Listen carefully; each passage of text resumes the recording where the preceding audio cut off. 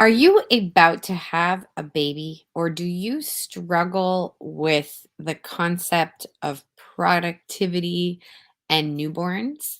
Do you have other challenges? Maybe it's a chronic illness or other situations in your life, like a bunch of kids, that sometimes has you questioning or wondering how you can get things done in a day.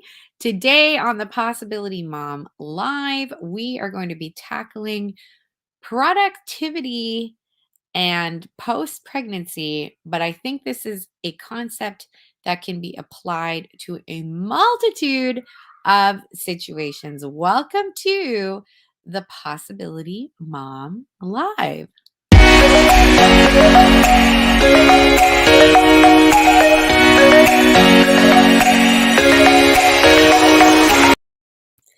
I want to start just by saying that I am full of all the feels. it's I'm currently at time of recording. I am week 37 of my pregnancy.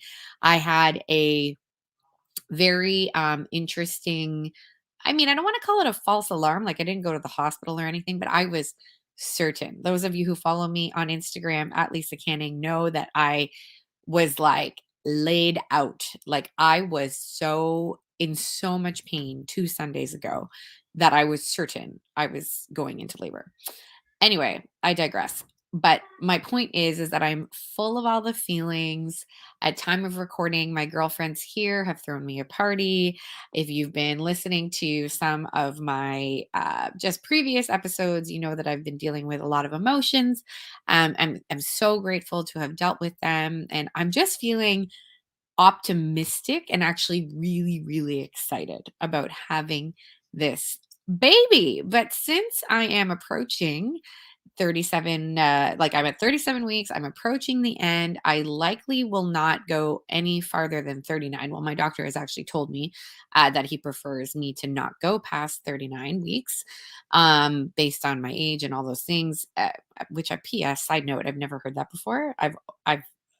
This is my first pregnancy at this age, obviously, so I don't have a comparison in that way, but I've never heard it that a doctor doesn't want their older patients. I am considered an older geriatric pregnancy person, but I've never heard it that, like, I know lots of other people who've gone past 40 weeks. So anyway, I digress. But my point is that I'm at a place of genuine excitement, and I am really honestly so excited to have this baby, meet this baby, and I am excited about the changes that are going to come.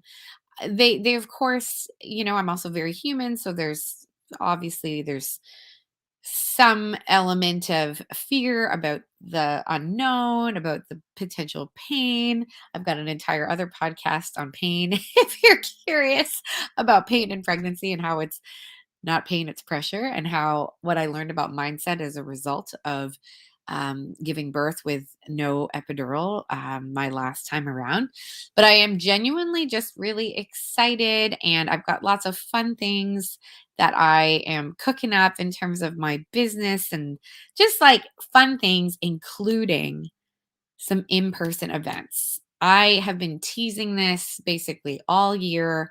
I have wanted, I started coaching as a result of having to pivot. Like I was ready with a credit card to put a deposit on a beautiful Naples based resort style, kind of hotel for an amazing Possibility Mom in person conference. And I remember just feeling this weird nagging feeling that I should not do it. And of course, we know where that weird nagging feeling came from. The Holy Spirit, PS. And I didn't do it. And then COVID hit. So, just it's been a very interesting time. I know that a lot of places are navigating all kinds of things still continually. And so, I'm not naive to that there's still lots going on in the world in terms of travel and all the things. But anyway, I am excited. In 2022, there will be in-person events with your girl Lisa. And so please stay tuned for that. But of course, I get asked this question: How do you plan to do these things with a baby? How do you plan to be productive? What is your pregnancy, postpartum plan? And I'm going to be super honest with you. I don't really have one, meaning I know I will take some time off.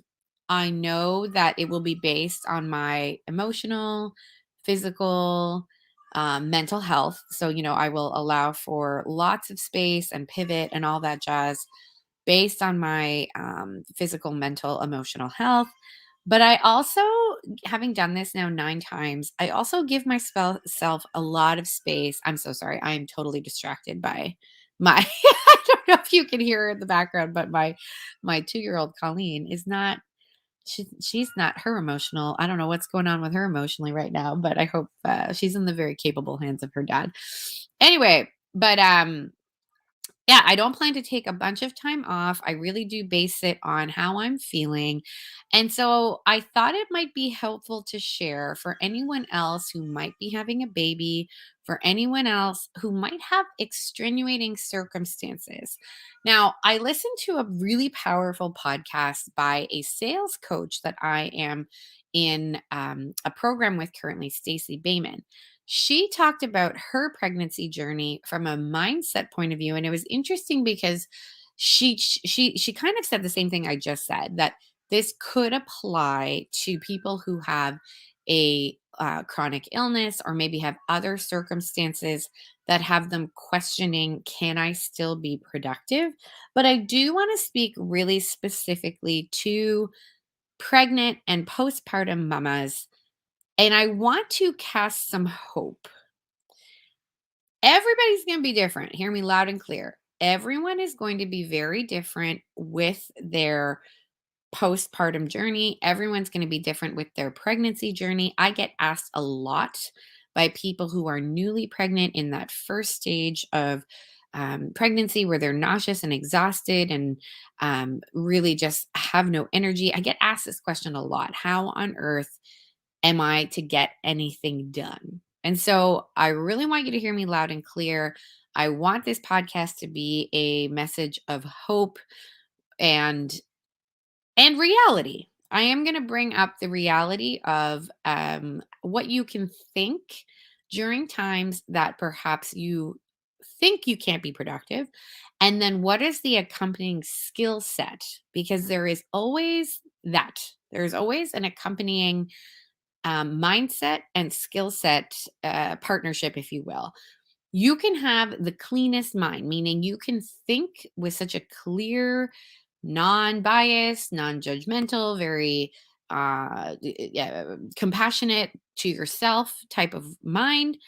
But if you don't have the actions that will help you to take action, you it doesn't matter how clear your thinking is, you're still not going to be making progress the way you want to go. Similarly, you can have the plan. I say this all the time on this podcast and in my group coaching. You can have an amazing plan. I particularly say this in Wealth Without Guilt to my entrepreneurs. You can have an amazing plan, but if you are telling yourself all kinds of things like you can't do it, you're not worthy of it, how on earth could you do it? This is irresponsible. Whatever your mindset is, you're not going to move forward, or you might move forward, but it's going to be excruciating because of the thoughts that are in your head. So, we are going to tackle both those things. Before we do that, I want to share with you something really fun, and I'm just so, so excited. So, before we jump into these fun things, here is something for you. Are you a Catholic mom who wants to start or grow a business, but you're afraid of what that might do to your ability to show up in your vocation as a wife and mom? Hi, I'm Lisa Canning, and I'm a mom of 9. And in the Possibility Mom Business Summit, I have gathered 40 experts to explore what it looks like to build wealth and impact while not sacrificing on what matters most. And I want to give you access to this life changing content for free for the next 48 hours. To start your experience, Join me by clicking below. This is an area of our life that we've had no coaching in. Like that kind of who am I thing. My business will automatically take away from my family. And like, not true. Click the button to start. So you can grab your 48-hour access to my recent Possibility Mom Business Summit. The link is right here below your video if you're watching this on Facebook or YouTube Live. And if you are listening to this in podcast form, wherever you love to listen to podcasts, it's in your show notes. Alrighty, let us get right into it. How can you still be productive even if you have got an itty bitty newborn? And I'm basically going to compare and contrast a mindset piece and a skill set piece. Now, it might sound like I am kind of roundabout talking, like I'm saying the same thing. Sometimes something that is a mindset is also a skill set. So just go with me. I wanted to just provide the comparisons and companions, if you will, when it comes to mindset and skill set. And again, massive caveat, listen to me. Everybody is going to be different. What works for me may not work for you, but that does not mean you have to throw the baby out with the bathwater. There may be things that I'm saying that there is a version of for you or a portion of for you. And so much of this comes down to, like is impacted by your natural temperament, is impacted by your experience.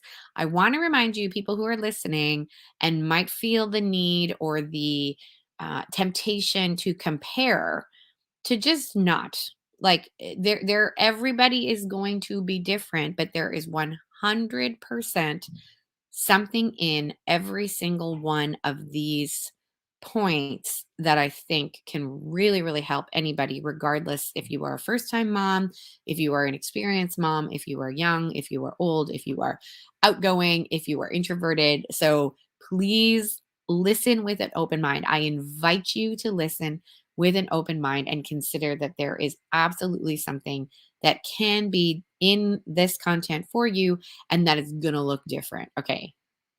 Caveat over. Okay. The first thing I want to dig into when it comes to productivity in pregnancy and post pregnancy is that you don't know how far you can go until you push past your limit. So to further unpack this point, I want to talk about my CrossFit journey. So if you follow me on Instagram at Lisa Canning, you've seen every single Monday I have shared a portion of my workout for basically every week of this pregnancy. It's wild, to be honest. And it was really interesting because my trainer Jessica was over this past week. She came over twice as per normal, and she was reflecting back to me my attitude about working out when we first got started. It was not a pretty one. I had a lot of limiting beliefs around making time for exercise, that it was actually taking me away from my children, that it was somewhat irresponsible, maybe even a little bit selfish. But like what I would talk about more specifically with Jessica, so those were some more internal thoughts. What I would talk about more outwardly with my trainer was that I just couldn't do it. Like I was too old or I was not in shape enough that there was no way I could pick up the weight and do another set, or there would be no way that I could row another 100 meters. I had lots of limiting beliefs around what I could and could not do. But the fascinating thing that happens with CrossFit, with working out in general, depending on the kind of workout you do, is you understand, well, wait a minute. If I pick up the weights, I very likely can do another set, but you have to pick up the weights. I know that sounds bizarre or might sound too elementary, like that's too easy, but it is 100% the reality. You do not know how much further you can push yourself until you actually push yourself. And now this is the caveat. Obviously, this is where it does require discernment. Everyone's going to be different in terms of where they can push themselves.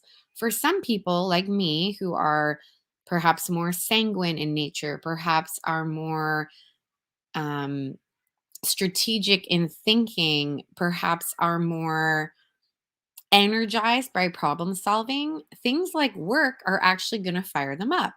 But there's a whole other group of moms who would not be fired up, who would be drained by those kinds of activities, who would be drained by spending time with people. I love spending time with people right after I have a baby. Like, I love it so, so, so, so much because I am very cognizant of what gives me life. But I want to encourage everybody that there are things that you don't know that you can push yourself in, or there are things that perhaps you will gain energy from if you do, simply for the mere fact that you didn't know that you could. Okay. But at the exact same time as mentioning this, you also have to have the skill set of knowing when to pivot. So, for example, let's just say you are like, I'm going to take on this task. Okay, so we're talking about post pregnancy productivity. So, in my case, I'll just use myself as an example. Let's say I decide I really want to do a live video. And the morning of, I feel great. I put on makeup, I do my hair. I know that doing the live video is gonna give me life. And so I schedule it for 2 p.m. that afternoon. But then the baby throws up on me. The baby can't stop crying. My other children are naturally more needy or frustrated. Maybe one of my other kids is also sick. And so there's a lot of things dividing me. In the same breath that we say, I don't know how far I can push myself until I actually do, we have to also be able to say, I'm going to pivot if I need to. So, in this example of the live video, we need to develop the skill of, you know what, I'm actually going to change my mind and have zero drama about it. This is a skill in itself, to have zero drama around needing to pivot is an exceptional, necessary skill that all mothers must learn how to do. I want to tell you a story about something that happened recently inside the Facebook group of my Wealth Without Guilt business group coaching experience. And it was a really interesting one. Somebody brought up in the group about going through perimenopause or menopause. Peri meaning like pre, if I'm not mistaken. Oh gosh, I actually have no idea what perimenopause means, but I'm pretty sure it's like pre. No, why would it not be called pre? Anyways, I'm so sorry. But basically, going through something like a hot flash or a uncomfortable bodily sensation that would impact you from doing something like launching. And it stirred up a whole thread of conversation that I thought was really fascinating. And I made the point that menopause or perimenopause, somebody needs to teach me what that actually means, and pregnancy, while they're not exactly the same, we're talking about something with symptoms that might impede you from taking action because you're barfing or you are really tired and need to take a nap. This is a place of big time vulnerability to me, where I have a hard time admitting when I'm tired and I need to take a nap. And so, what I was commenting on in this group was that there can be so much freedom obtained when you say to yourself, number one, I notice, like, number, I have symptoms of whatever it is. So, let's go back to pregnancy or postpartum. I am in a postpartum period where I am very tired, and that's okay. Where instead of judging how you're feeling, you are noticing.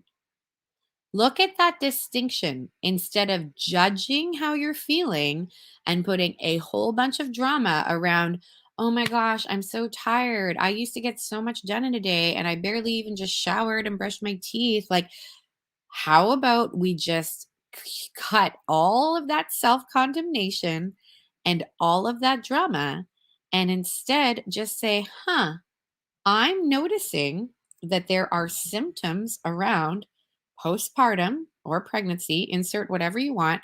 Huh, I notice there are symptoms around this condition that make it hard for me to act sometimes. And then number two, I am tired. Like my current condition makes me tired, and that's okay. This is the honestly, if you remember nothing from this podcast, remember this, that drama is your thoughts. And what you can do that will help immensely in this, whatever it is you're going through, pregnancy, postpartum, some kind of other ailment or challenge, not trying to paint them all with the same stroke, because of course there are things that are there's lots of different things that impact your reality, but it is your thoughts and drama that will make you happy or not happy. And the more we can just accept, oh yeah, there are some significant symptoms or significant behaviors that come with this stage of my life. I'm noticing those and it's okay. So that's where we get to my next point, which is that you need to extend grace to yourself. When you can get to this place of noticing, which to me is the opposite of self condemnation. Okay. So listen to that again. Write this one down. Noticing versus self condemnation. Imagine the freedom that can exist. And so I hear this phrase thrown around a lot, like you just have to extend grace. You just have to extend grace. And it's a great phrase, but I think that many times when I hear people kind of mention it, we haven't really truly unpacked what it means to extend grace. And to me, it's so much more than just being like, oh, okay, well, I'm not going to clean up the house. Or, oh, okay, I'm going to eat whatever I want. You might decide to do that. It may or may not be the best thing for you. Okay, just side note. But what the heart of it for me, extending grace to yourself, the heart of it to me is there's no drama. I notice I am not feel like I notice it's postpartum and I'm exhausted. And then being able to say, I'm tired and I'm going to go take a nap, and that is okay. This is something my mindset coach has had to work with me a lot on during pregnancy. I have said to her, ugh, like all I want to do is take a nap. And she will say, I think you should go take one. This also presupposes or makes necessary that you have faith that you will get this stuff done. Let's just say, for example, one thing that I was really struggling with in this pregnancy was launching some new funnels. I just launched a new way that you can encounter my work through a 48-hour free period inside of my recent Possibility Mom Summit. There was a significant amount of work and a significant amount of decisions and copy and emails and all the things that had to go into that. And I had to kind of keep delaying when it would get done because I found I needed to have more rest at times during my pregnancy. And of course, an achiever like me can find that difficult. But what I want to encourage you to do is that you get to decide when things happen. You get to decide what success looks like. And if you can remove the drama around needing more rest or needing to take a pause, it's actually going to produce so much more freedom. So we need to extend grace to ourselves. But the flip side of that is similar to what I mentioned earlier. around not knowing how far you can go until you actually do that. Something I love to try, and this is a great one because you can just try it. I can try anything for 5 minutes, or I can do anything for 5 minutes. Again, this may or may not work for you depending on your personality, depending on your unique makeup. I am a little bit obsessed with competition with myself. And so I really like to activate that, activate my own competition. And so I'll just say to myself, like, oh, I'm feeling really gross, but I know I'll feel better if I do blank. Like I know I will feel better because I know myself and I know that videos, for example, give me a lot of energy and a lot of life. I know that I love serving my people in this unique way. And so you can just like take the steps. Like maybe the first thing you do is you put your makeup on and then you say, okay, wow, like I actually feel a lot better. Maybe you sit there and do your hair. Oh my gosh, I feel so much better doing my hair. And so on and so forth. And it goes back to my point from before is that at any point in that process, in any point in that 5 minutes, you can decide to pivot and just be like, you know what? I really just need to like lie down and forget about like doing a live video. See what I'm saying here?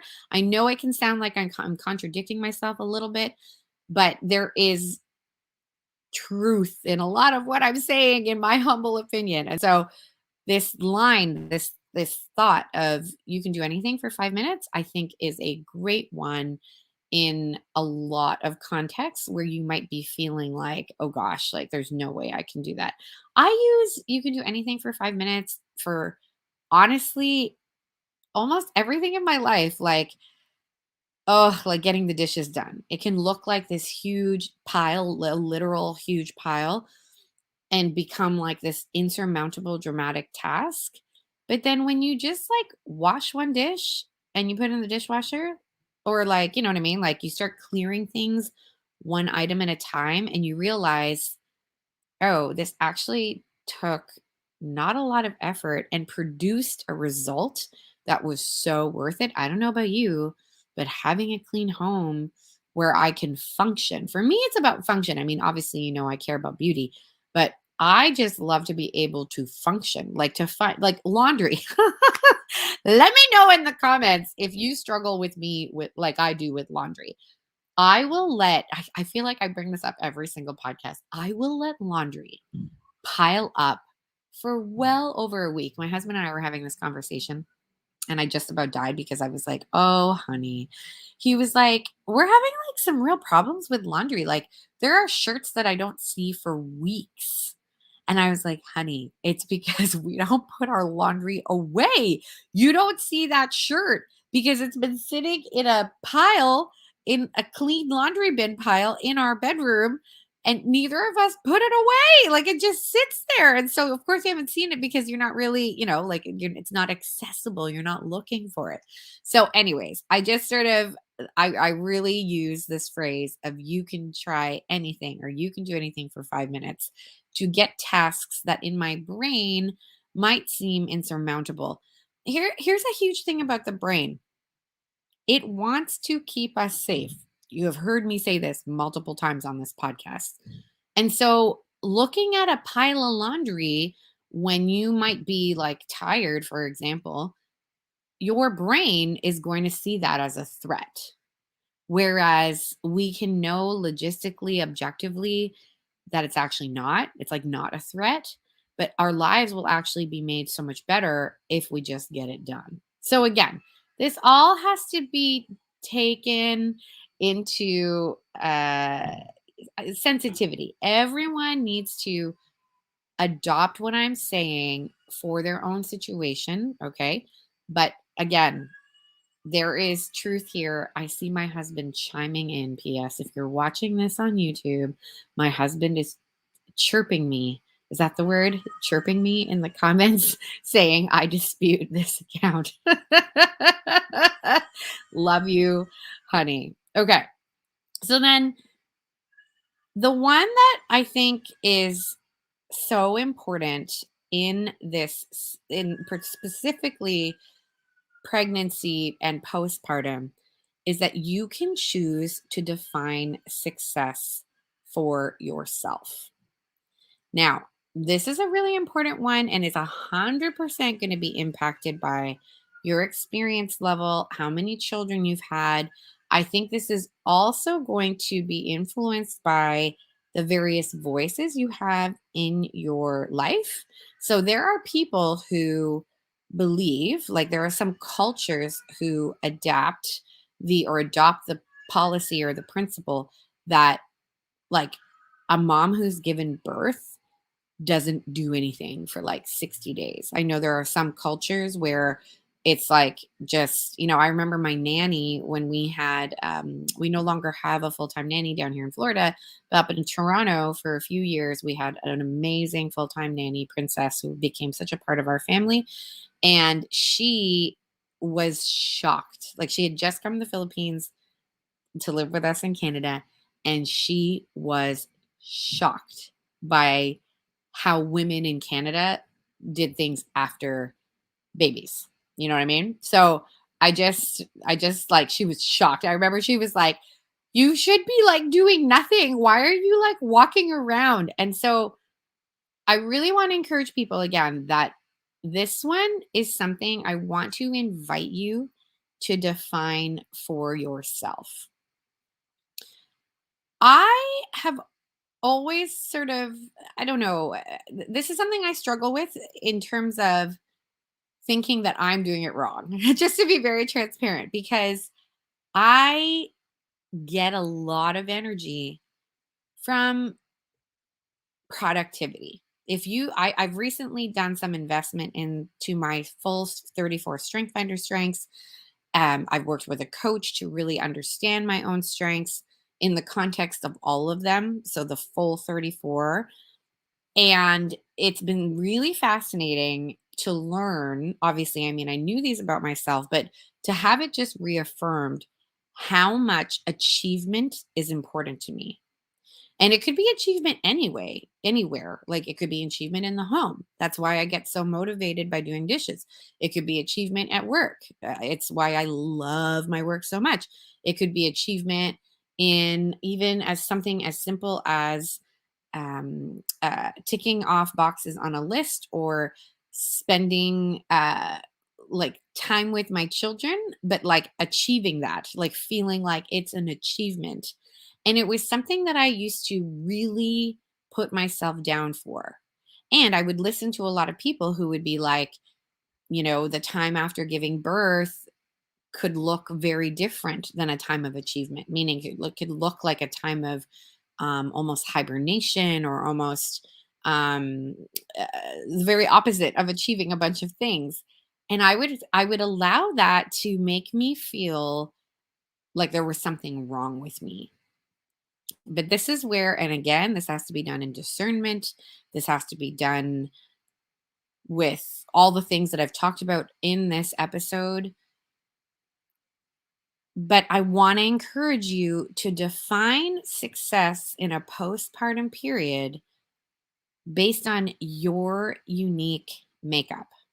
In my group coaching experience, Wealth Without Guilt, this is my entire pillar one, like the module one. Like, the very first thing that you learn inside of my group coaching is that you are uniquely created, and that the more we can understand your natural strengths, your spiritual gifts, your personal story, how you have been uniquely made is unique to you and only you. And so, therefore, we can logically assume that everyone is different. And so, a postpartum period might look and should look different to all.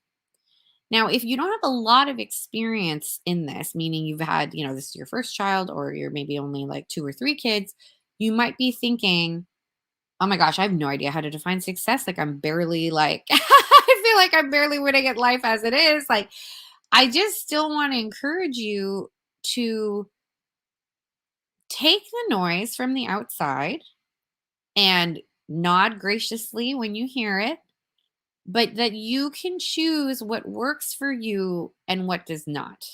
You can try it on for 5 minutes. And if you find, you know what, this really isn't working, you can choose to pivot to something else.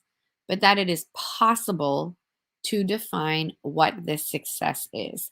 And I'm going to share with you, if you're wondering, well, how on earth do you do that? There are three things that I want to encourage you to think about. And that is, I've mentioned them briefly, that is your natural strengths. So there is we will add this to the notes. Your natural strengths finder strengths. This is 34 traits that were scientifically assessed in people to look at what your unique makeup is can be hugely beneficial for defining success for yourself. I want to tell you a funny story. I don't think my sister would mind me sharing this with you, but once I started in the personal development space, I was like, everybody in my life needs to take these tests. So I made my sister, made my parents, like I just was like everybody. My husband just did his full 34, hugely illuminative for our marriage and how we work together. And I just laughed so hard when my sister did hers. So I have achiever in my top 5. My sister, if I'm not mistaken, either has achiever or activator or maybe a combination. I can't remember, but she has something else that is also all about getting things done and doing things. And I was like, does this resonate with you? And she was laughing so hard because she was like, well, at this very moment, I am texting you, painting my toenails, and creating a craft for my kids while I have dinner on the slow cooker. Like she was literally doing 5 things at the exact same time. Like her love for achievement looks a little different than mine, but she shares a similar love for achievement. And so that's one area that can help you to define success for yourself. I love pointing people towards the spiritual gifts inventory, which Catherine of Siena Institute with Sherry Woodell has put out. There's other like sort of modifications of that one that exist online, like quizzes you can take. But I love, love, love pointing people towards your spiritual gifts. What are those things? Those are things that are supposed to be for the benefit of others and can be hugely, immensely helpful for you understanding yourself. And then also just looking at your timeline of your life. Historically, in your life, what are the periods of time where you've noticed, oh my gosh, I'm so happy and this gives me so much energy? What are the times when you realize that this was actually really, really not good for me? My personal history, I can see it very clearly. I am energized by people. It would be very damaging for me to take a period of time of hibernation. Like, I actually cannot think of a worse way for me to thrive, like, and a day or 2, absolutely. Like, 100% there will be, and there might be more than a day or 2. I might need more this pregnancy, who knows? But the thought of, like, extended weeks of being alone or being kind of left alone, like I could like literally cry. I just cannot think of, for my unique makeup, a more challenging way to live. So this is why I want to encourage you to define success for yourself and that you get to choose it. And then the final thing I really want to leave you with is a really interesting perspective on trusting God versus doing his will. And I think there is a really, we need to define this. Trusting God versus doing his will.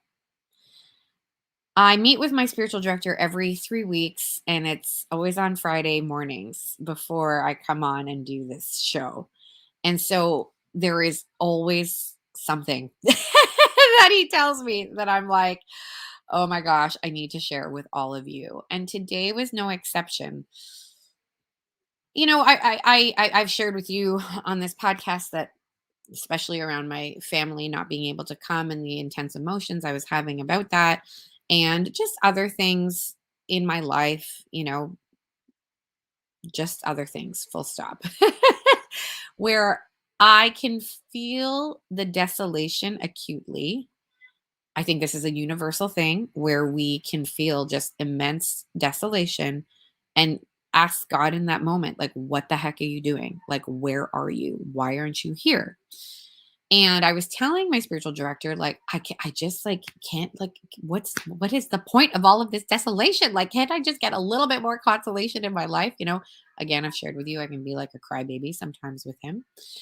And he was bringing it back to this point of, I was asking him, when I get to these places of desolation, what should I think?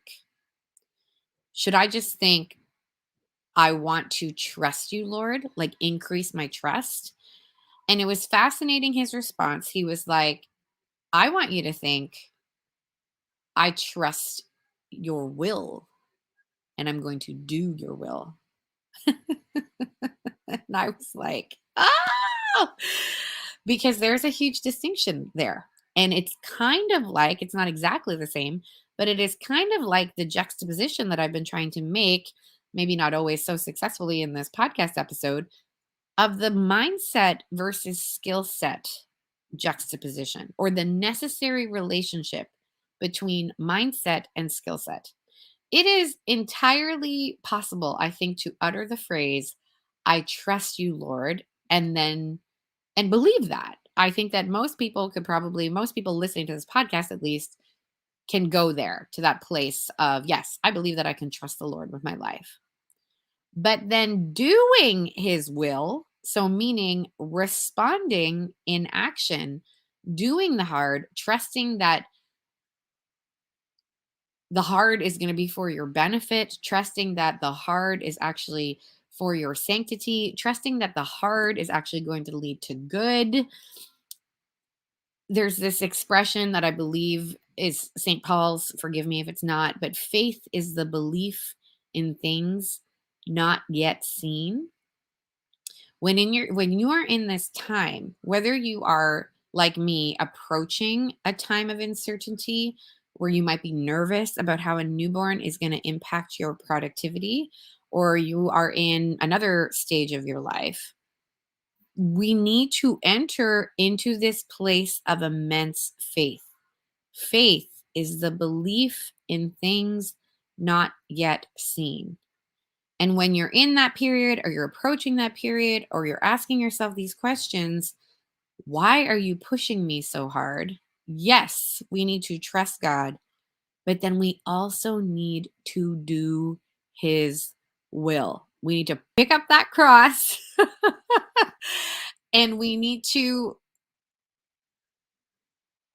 with courage, knowing that we are not alone in it, knowing that the Christian life takes work, knowing that all of the stepping, the actual steps in the direction of doing God's will for our lives is going to make us more holy, is going to help us grow in relationship with him, is going to make us aware of sin or other things that we need to work out, and is ultimately going to get us to our ultimate destination.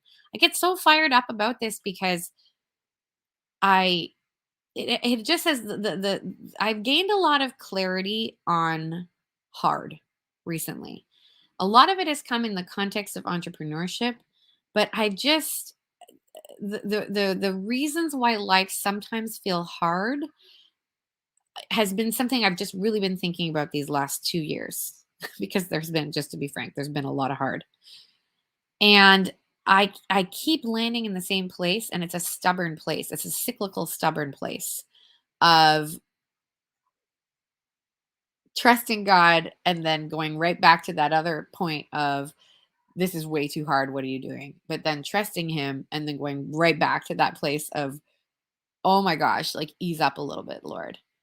And what I just keep coming back to is this companionship, is this walking one hand in the other between the mindset and the skill set of anything in our life.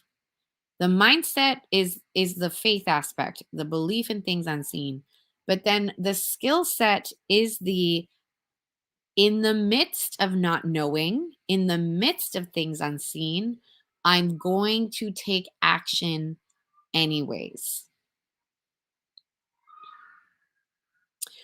What do you think about that? I don't, I am so grateful for this space. I am so grateful for this space to talk about virtue and to talk about taking action. And I appreciate so much that you are along for the ride. Janice says, I feel like I have the same temperament as you, and this is why I find your content so relatable. Thank you so much, Janice, who also says that she can relate to all the laundry. Um, Tessa from Build a Country Home chimes in that I can fold laundry for 5 minutes and that you don't have to commit to doing the whole task. There's success in doing something in 5 minutes rather than the entire shebang. Jessica says the 5 minute rule is the only reason I ever get on track with housekeeping. And it's a great strategy. I'm so glad to spend some time with you. And in this week prior to so next week is Christmas Eve. So I haven't really decided, to be honest. Likely I'm not going to be here live, but you never know. I might pop in real quick just to say a hello. And so if we don't connect again, if you're listening live and in real time, I just hope you have the most blessed of Christmas seasons. I hope that you have the gift of rest and of relaxation, and whatever you are going through, whatever burden, whatever challenge that you might be feeling, I just hope and pray that you feel the truth of the statement that God wants to be in relationship with you, and that his joy and his grace is always within reach, no matter how challenging or how desolate you might think your reality is. Thanks, friends. And we will see you perhaps the next time we connect. I will have a newborn on this screen. Perhaps the next time we connect, I will be accompanied by a little lady or a little lad. Who knows? Alrighty. I look forward to that day, and a very, very, very Merry Christmas to all of you. If you found this episode to be helpful, I would love for you to share it with a mom who might need it, and to leave a review and a rating if you are listening to this in podcast form. See you again real soon.